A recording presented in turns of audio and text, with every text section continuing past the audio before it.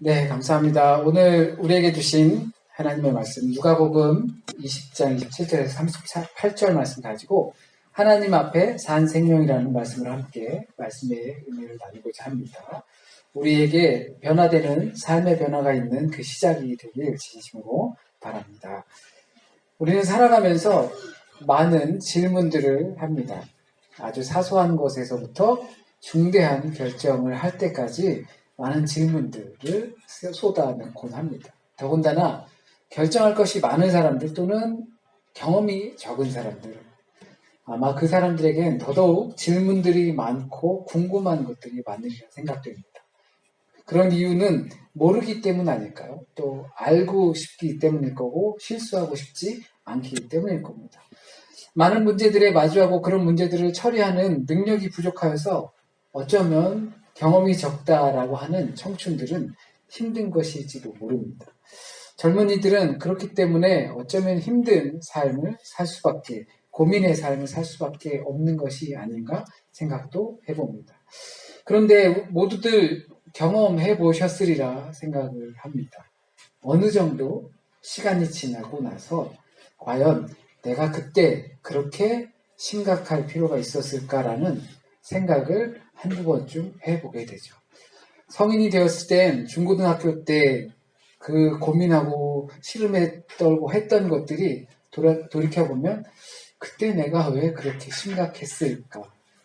또 작년이 되었을 땐 청년의 때 고민하고 질문하고 막 고심하여 했던 것들이 돌이켜보면 그때 뭐가 그렇게 심각해서 나는 그렇게 했을까라는 것을 웃으면서 생각해 보리라 생각이 듭니다. 그런 경험들이 있으셨을 거라 믿습니다. 그렇다고 그 시간들이 무의미한 시간들은 아니지만 때론 그 순간에 너무 과몰입할 때가 있다라는 거죠. 제 생각엔 오늘과 같은 이 사두개인들의 질문이 바로 그렇게 과몰입한 질문이라고 생각합니다. 물론 사두개인들은 예수를 넘어뜨리려고 한번 실수하는 모습을 한번 만들어 보려고 한 질문이지만 가끔 우리는 우리 권한 밖의 일이라든지 아무리 고민해도 스스로 알 수 없는 문제라든지 평생에 한번 있을까 말까 하는 것으로 온통 집중하여서 우리의 시간들을 허비하는 경우가 있다라는 것입니다. 말씀드린 대로 사두개인들은 예수를 시험하기 위해서 질문을 합니다. 질문을 받고 그리고 이러한 질문을 하고 질문을 받고 하는 것들 이러한 것들을 하다 보면 상대방을 넘어뜨리려고 하는 질문들이 있습니다. 시비를 거는 거죠. 토론 같은 것들을 보면 그렇습니다. 그럴 때 자주 사용되는 수사법이 하나 있습니다. 상대방에게 프레임을 씌우는 것입니다. 그래서 그 프레임 속에서 벗어나지 못하게 하는 겁니다. 요즘 말로 빼박입니다. 이 질문, 이 전제를 깔고 질문을 함으로써 빼도 박도 못하게 하는 그런 질문들을 해서 상대방이 거기에 걸려 넘어지게끔 하는 것입니다. 그래서 그 질문을 하는 사람들은 스스로 내 전제가 기가 막히니까 이 질문에 아무 대답도 못하겠지. 이 땀을 삐질삐질 흘리겠지. 내가 이기겠다. 이거 변호사 준비하고. 변호사 법정에 가면 그런 질문들을 해서 사람들을 막 곤욕스럽게 하거나 검사를 이기게 하려고 상대 변호사를 이기게 하려고 막 하겠죠. 그렇게 하면서 그 사람들이 이제 자만에 빠지기 마련입니다. 그래서 예수를 공격할 때 사두개인들이 했던 그 전제로 사용하는 것이 모세의 기록에 이렇게 되어 있다라고 전제를 까는 겁니다. 모세의 기록에 이미 이렇게 되어 있는데 그리고 당신이 이렇게 바리새인들이 이렇게 믿는 이런 것들을 전제로 하면 상충되는데 내가 이제 공격을 할게 라고 하는 겁니다. 그러므로 여기에 항변할 수 없게 만드는 것이죠. 그렇게 상대를 공격합니다. 그 내용은 신명기 25장 5절 말씀을 인용하면서 자식이 없이 죽으면 그 형제들이 그 부인을 대신 책임져야 한다 하는 것입니다. 왜냐하면 과부들은 사회적 약자이기 때문입니다. 그래서 지난번에 오죽했으면 이 과부가 불의한 재판장을 찾아가서 자기의 사정을 토로했겠습니까? 라고 말씀을 드린 적이 있습니다. 정말 아무것도 없는 상태이기 때문에 과부가 직접 나선 정말 그 최고의 약한 층에 속하는 것이었습니다. 그런데 사두개인들은 여기서 문제 제기를 합니다. 모세의 관습대로 전제를 까는 거죠. 프레임을 씌우는 것입니다. 그렇게 다 행해야 하는데 그렇게 했을 때 이런 일, 일곱 형제가 다 그렇게 죽게 되었을 때 발생하면 당신들이 말하는 부활에 따르면 부활 후에 도대체 이 부인은 누구의 부인이 되겠는가라고 질문하는 겁니다. 모르긴 몰라도 이 질문을 딱 던져놓고서 탁 뒤에 이렇게 의자가 있었다면 기대해서 편안하게 앉으면서 답해보시오. 이렇게 좀 이렇게 자만을 빠져 있었을 것입니다. 아마 이들은 예수가 이 질문에 절대 빠져나올 수 없을 거라고 생각하면서 좋아했을 겁니다. 그런데 예수께서는 그 바리새인들이 동전을 탁 보여주면서 세금을 우리가 이 로마 황제 치하에 있는데 세금을 내야 합니까? 우리는 하나님의 백성인데 가이사에게 내야 합니까? 라고 했을 때 예수께서 가이사의 것은 가이사에게 주고 하나님의 것은 하나님에게 주라라고 했던 것처럼 이 사두개인들도 자만하여서 이렇게 있을 상태에 이제 바리새인이 맞았던 그 뒤통수를 맞게 되겠죠. 사두개인들의 이 질문의 요지는 이것입니다. 진짜 부활이 있다면 모든 사람들이 죽은 사람들이 다시 살아나면 이 세상이 어떻게 되겠느냐라는 것입니다. 옛날에요 데몰리션 맨이라는 영화가 있었어요. 실버스타 스텔론 로키 그 주연 배우가 주연으로 나왔는데요. 죄를 졌어요. 그래서 냉동형을 받았어요. 예를 들면 40년 아니면 200년 이렇게 냉동형을 받았어요. 감옥 대신 냉동형이에요. 그런데 200년 후에 200년이 채 안 됐는데 데몰리션 맨의 어떤 그런 파워 있는 그 영웅적인 힘이 필요했어요. 그래서 사회에서 결정해서 데몰리션 맨을 풀어주자. 그래서 딱 풀려서 다시 나왔는데 사회 적응을 못하는 거죠. 이 사두개인들이 생각했을 때 바로 이런 느낌이에요. 부활이 있다면 지금 우리가 2000년대에 살아가고 있는데 2000년 전의 사람들 또는 4000년 전의 사람들이 부활함으로써 이 지구 땅덩어리에 그 사람들이 다 부활해서 살아가면 신석기 때의 사람, 구석기 때의 사람이 다 살아가면 발 디딜 틈도 없겠다. 큰일 나겠다. 이런 전제로 생각해 보시면 좋을 겁니다. 이렇게 되면 부활이 있다면 이 세상이 혼란스러워지지 않겠느냐. 어떤 시대적인 착오뿐만 아니라 설 있을 자리도 없지 않겠느냐라고 생각하는 것입니다. 이들의 질문을 조금 현실감 있게 하면 지금 우리가 사는 세상에 인구가 너무 많은데 서울만 해도 그렇잖아요. 근데 한양 사람들이 거기 다시 산다고 생각해 보세요. 이거 인구 포화도 보통 포화가 아니죠. 그러니까 부활은 없는 것이 맞다라고 이런 의도를 갖고 그들의 질문을 하는 겁니다. 그들의 세계관을 그들이 이제 사두개인들이 어떤 세계관을 갖고 있는지 엿볼 수 있는 것입니다. 매우 유물론적인 세계관을 갖고 있습니다. 그래서 이들은 늘상 바리새인들과 상충되고 문제로 부딪히기도 했습니다. 이런 사두개인들의 생각에 예수께서는 저 세상 사람 그리고 다시 죽을 수 없는 사람 부활의 자녀, 하나님의 자녀, 살아있는 자의 하나님 이처럼 여러 명제를 말씀하시는데 이것은 하나로 이야기됩니다. 바로 영원한 생명입니다. 부활에 대한 정의 자체가 완전히 다른 것이죠. 그러므로 부활은 질적으로 다른 생명을 뜻합니다. 그러므로 유물론적인 세계관을 가지고 있는 사두개인에게 영혼이 이 육체를 가지고 지금 이 시간으로 다시 이 장소로 나타나서 결혼하고 장사하고 하는 굴레를 돌아야 하는 것처럼 느낄 수밖에 없습니다. 이것을 과학적 접근으로 봐도 좋을 것 같습니다. 그들은 그렇게 과학적 접근으로 생각하고 있었던 것입니다. 죽음 이후, 부활, 말씀이 육신이 되신, 태초의 창조. 이러한 것들은 실상 과학적 접근이 거의 불가능한 것들입니다. 왜냐하면 일회적인 사건이기 때문입니다. 이런 일들이 반복적으로 일어났다면 과학적으로 그 사건을 접근해서 이들에 대한 설명을 해줄 수 있겠죠. 그러나 이 유물론적인 과학적인 사고를 갖고 있었던 사두개인들은 그런 사고를 부활을 그런 사고로 접근을 한 것입니다. 여러 번 반복이 있어야지만 가능한 것인데 신앙적으로 그것은 물론 고민할 필요가 있죠. 안 그러면 맹목적인 신앙 또는 신화적인 또는 종교적인 믿음으로 남을 테니까요. 그러나 일회적인 그 사건을 가지고 한 번 있을까 말까 한 그 사건을 가지고 우리는 시간을 낭비하지 말았으면 합니다. 우리는 보통 그런 말들 하죠. 사랑하기도 부족한 시간이다. 맞습니다. 하나님을 믿고 하나님을 믿음대로 살아가기도 부족한 시간입니다. 우리에게 빈번하게 신앙적으로 나타나는 일들, 그것들을 다루기에도 정말 시간이 없는 삶을 우리는 살고 있습니다. 그런데 우리에게 한 번 있을 부활의 문제 또는 태초의 문제, 그런 것들을 고민하면서 실험하면서 살아갈 시간이 없다라는 것입니다.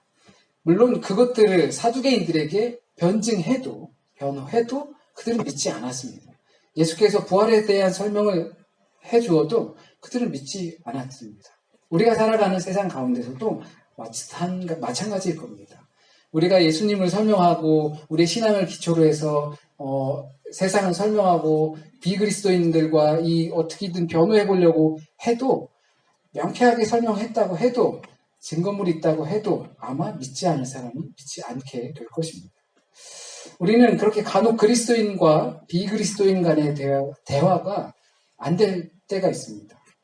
그건 대부분은 생각의 차이이기 때문이죠. 이것을 가치관 또는 세계관의 차이라고 합니다.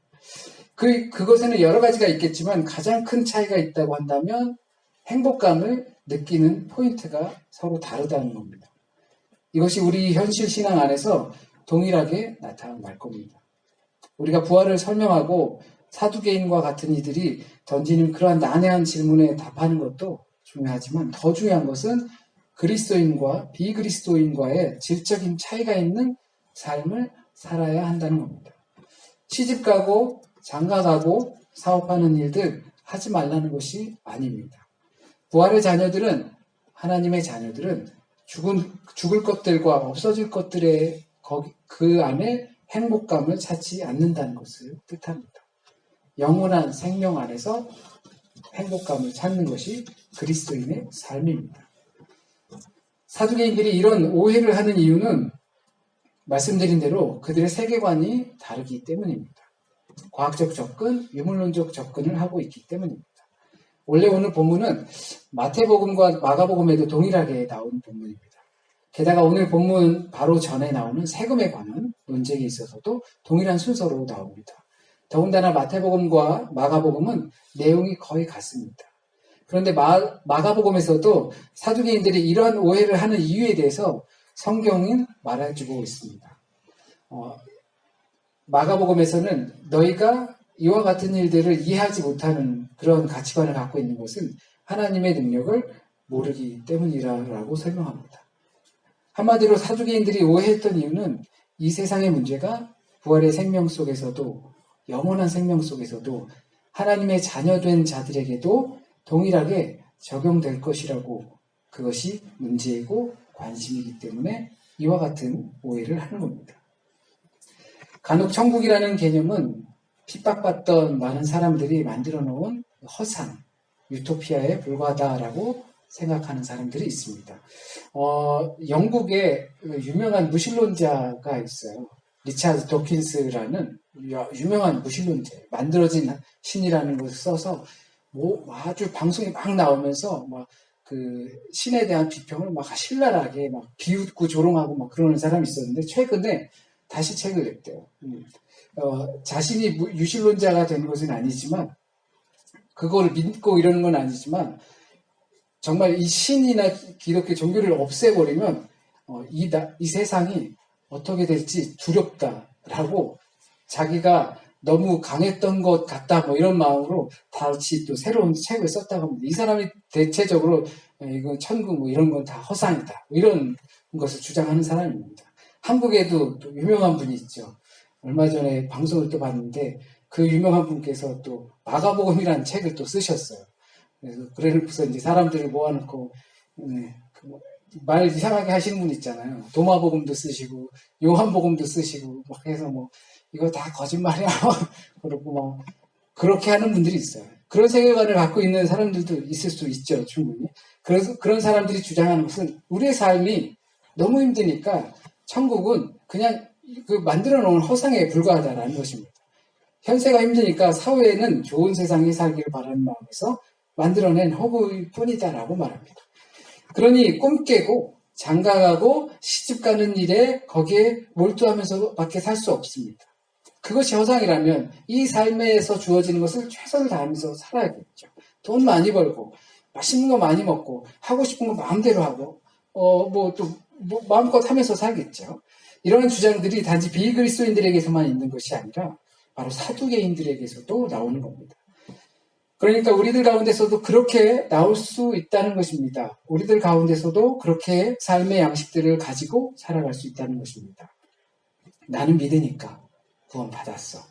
천국에 갈 거야. 이렇게 주장하면서도 영원한 생명에 대해서 믿고 있으면서도 우리는 장가가고 시집가는 일에 몰두하면서 살게 되죠. 장가가고 시집가는 것, 그러니까 이 땅에서 얻을 수 있는 행복감을 우리가 육체를 가지고 살아가는 한 절대 버릴 수 없는 일들입니다. 그런데 거기에 지나치게 몰입했다는 것을 말합니다. 필요 이상으로 말하는 것입니다. 마치 궁극적인 그 결핍을 그것으로 덮고 위로하는 것처럼 말입니다. 누가복음에서 계속 반복되는 것은 재물을 버리라는 것입니다. 약자들을 돕는 것입니다. 그리고 작은 삭개오 같은 사람들이 예수 그리스도를 만나서 변했다라는 것입니다. 현실적인 것은 철저히 탈피하라는 것처럼 보이지만 그것보다 더 중요한 것은 중심을 보시는 하나님이라는 겁니다. 너의 재물을 모두 버리고 나눠주고 그리고 나를 따르라. 그러면 너에게 영원한 생명이 있을 것이다. 나눠주는 것도 중요하지만 나눠주는 것만으로 중요한 것이 아니라는 겁니다. 마음을 보시는 하나님, 중심을 보시는 하나님이라는 것을 우리는 잊어서는 안 됩니다. 하나님 앞에서의 삶 외에 다른 것이 그것보다 더 중요할 수 없다는 것을 인정하면서 살아가야 합니다. 또 누가복음에서 다른 표현이 등장하는데 이것은 38절에 나오는 하나님은 죽은 자의 하나님이 아니다. 살아있는 자의 하나님이다. 라는 겁니다. 이것을 자칫 잘못 들으면 우리가 살아있을 때만 하나님일 뿐이라고 들릴 수 있습니다. 죽은 자의 하나님은 아니다. 하나님은 산 자의 하나님입니다. 그러니까 죽은 자는 나랑 상관없다라고 생각할 수 있죠. 하지만 이것은 언급하시면서 아브라함 그리고 이삭, 야곱은 모두 저 세상 사람들이지만 그 하나님이셨다라고 이야기하고 계십니다. 하나님은 변함이 없으셔도 하나님과 관계하는 자들은 바뀌어 왔습니다. 하나님은 여전히 살아 계셨지만 그들과 관계한 그 아브라함, 이삭, 야곱들은 계속 변해서 왔습니다. 그러므로 살아있는 자의 하나님이라는 것은 과거의 하나님이 아니라는 뜻입니다. 지금의 하나님입니다. 그것이 하나님의 능력입니다. 수요 모임을 통해서 우리가 순전한 기독교라는 책을 읽었죠. 그 가운데서 C.S. 루이스가 변증하는 것 중에 하나가 하나님의 시간에 관한 것이었습니다. 아마 아직 기억나시는 분들도 계실 거예요. 하나님의 시간은 여전히 현재다라는 것을 비유할 때 전지적 작가 시점으로 이해를 하면 좋을 것이다. 어느 사람이 글을 A부터 단락을 쭉 쓰다가 멈추고 그 다음에 책상에 놓고 나가서 어떤 일들을 보고 또는 다시 돌아와서 그것을 연결해서 썼을 때 한 장이 완성되면 그 완성된 것이 A라는 시점에 쓴 것인가 B라는 시점에 쓴 것인가라고 우리는 완성품을 받아볼 때 알 수는 없다라는 것이죠. 만약에 하나님의 시간이 현재라는 것을 더 깊이 이해하려면 하나님과 우리의 하나님께서 높이서 우리를 내려다 보실 때 큰 부자라든지 작은 부자라든지 가난한 자들이라든지 그 재물을 쌓아놓은 것을 비교할 때 하나님께서는 동일하게 티끌처럼 보일 수 있다라는 것입니다. 그러면서 하나님 앞에서는 모든 사람이 살아있다고 하십니다. 그러니까 2000년 전에 죽은 사람 그리고 앞으로도 있을 사람들에게 하나님의 전지적인 그 시간 안에서는 그 모든 자들이 살아있는 사람에 불과하다는 것입니다. 이 부분이 제가 보기엔 마가복음에서 하나님의 능력을 모른다라고 했던 맥락과 같이 보입니다.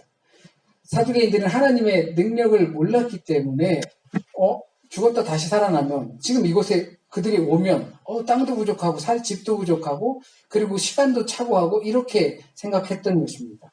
하나님 앞에선 모두 살아있다는 것을 이해할 수 없었습니다. 하나님 앞에선 모두 현재라는 것을 이해할 수 없었습니다. 하나님 앞에선 죽음도 삶인 것입니다. 하나님 앞에선 죽음도 생명인 것입니다. 그것이 하나님의 능력입니다. 우리가 볼 땐 죽은 사람이 있고 산 사람이 있고 또 그렇게 구별될 수 있겠지만 하나님의 능력 안에서 그 모든 사람들이 산 사람이고 현재의 사람들입니다. 하나님과 관계하는 자는 살아있는 자이고 영원한 생명을 소유한 자이고 부활의 자녀이며 죽어도 죽은 자일 수 없습니다. 그들은 이 세상과 구별될 수밖에 없습니다. 간혹 가다 보면 그리스도교는 죽음에 관한 종교다라고 이해하는 경우가 종종 있습니다. 사후의 세계를 이야기하고 부활을 믿고 영생한다는 것을 믿으니 말입니다. 그렇기 때문에 그런 것들을 믿지 않는 사람들은 지금 눈뜨고 있는 세상에서 내 손에 잡히는 것들에 집중하면서 살아갑니다. 이 두 내용을 빗대어 보기만 해도 매우 아이러니합니다. 우리는 우리 손에 잡히고 보이는 것에 집중하며 살아가는데 우리는 죽음에 관해 깊은 관심을 두고 또 살아갑니다. 그러나 오늘 예수께서 우리에게 하시는 말씀을 들여다보면 죽음보다 살아있음에 더 관심이 있다는 것을 알 수 있습니다. 그리스도인들이 다를 수 있는 것은 세계관의 차이가 있기 때문입니다. 세계관의 차이가 주는 결과는 절대 행복을 느끼는 포인트가 다르다는 겁니다. 우린 좋은 음악이나 영화, 음식, 여행들을 통해서 거기서 행복감을 얻지만 이것은 매우 상대적입니다. 가끔 어떤 사람들은 천국을 경험했다라고 하면서 아주 맛있는 음식을 먹었다든지 정말 기가 막힌 음악을 들었다든지 정말 좋은 경험을 했다든지 하는 것입니다. 하지만 그런 것들은 매우 상대적입니다. 이것은 어쩌면 지난주에 보았던 그 말씀 삭개오처럼 자신이 가지고 있는 그 결핍을 자신이 가지고 있는 무엇으로 덮으려고 하는 것입니다. 그러나 그래도 본질 앞에서 무너지는 것처럼 모두 죽음 앞에서 무너지게 되어 있습니다. 그러므로 그리스도인의 삶은 영원한 삶을 살아가야 합니다. 하나님과 관계하는 삶을 살아가야 합니다. 부활의 삶을 그리고 저 세상의 삶을 우린 살아가야 합니다. 무엇이 내게 행복감을 주는지 아는 삶이 그리스도인의 삶입니다. 그리고 거기에 무게중심을 둘 수 있는 삶이 그리스도인의 삶입니다. 그것은 하나님 앞에 산 생명입니다. 기도드리겠습니다. 우리는 하나님의 능력을 다 경험하지 못했습니다. 아직도 많은 하나님의 능력을 경험할 줄 믿습니다.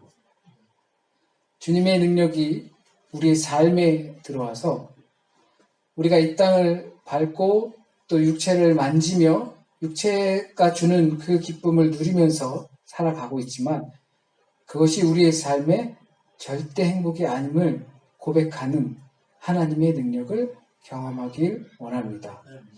우리의 삶 가운데서 하나님의 능력으로 말미암아 절대 행복인 영원한 삶에 무게를 두며 우리가 누리고 있는 육체의 것들을 그 하나님의 것보다 절대 좋게 여기지 않는 삶이 되길 원합니다. 우리가 이 땅에 살아갈 때 하나님의 능력으로 하나님께서 주시는 절대 행복을 누리며 살아갈 수 있길 진심으로 소원합니다. 하나님 오늘 이 시간 우리에게 이 시간 전해주고자 하셨던 말씀만 우리에게 남게 하여 주셔서 뿌리 내리게 하시고 또 열매 맺게 하여 주세요. 한 주간의 삶도 주님께 맡깁니다. 주님께서 인도하여 주시고 주님께서 옳고 주님께서 우리에게 용기를 주시고 지혜를 주셔서 매일매일 순간순간의 삶을 기쁨으로 살아가고 승리하는 삶으로 살아갈 수 있도록 주여 인도하여 주세요. 모든 말씀 우리 주님 예수 그리스도의 이름으로 기도드립니다. 아멘.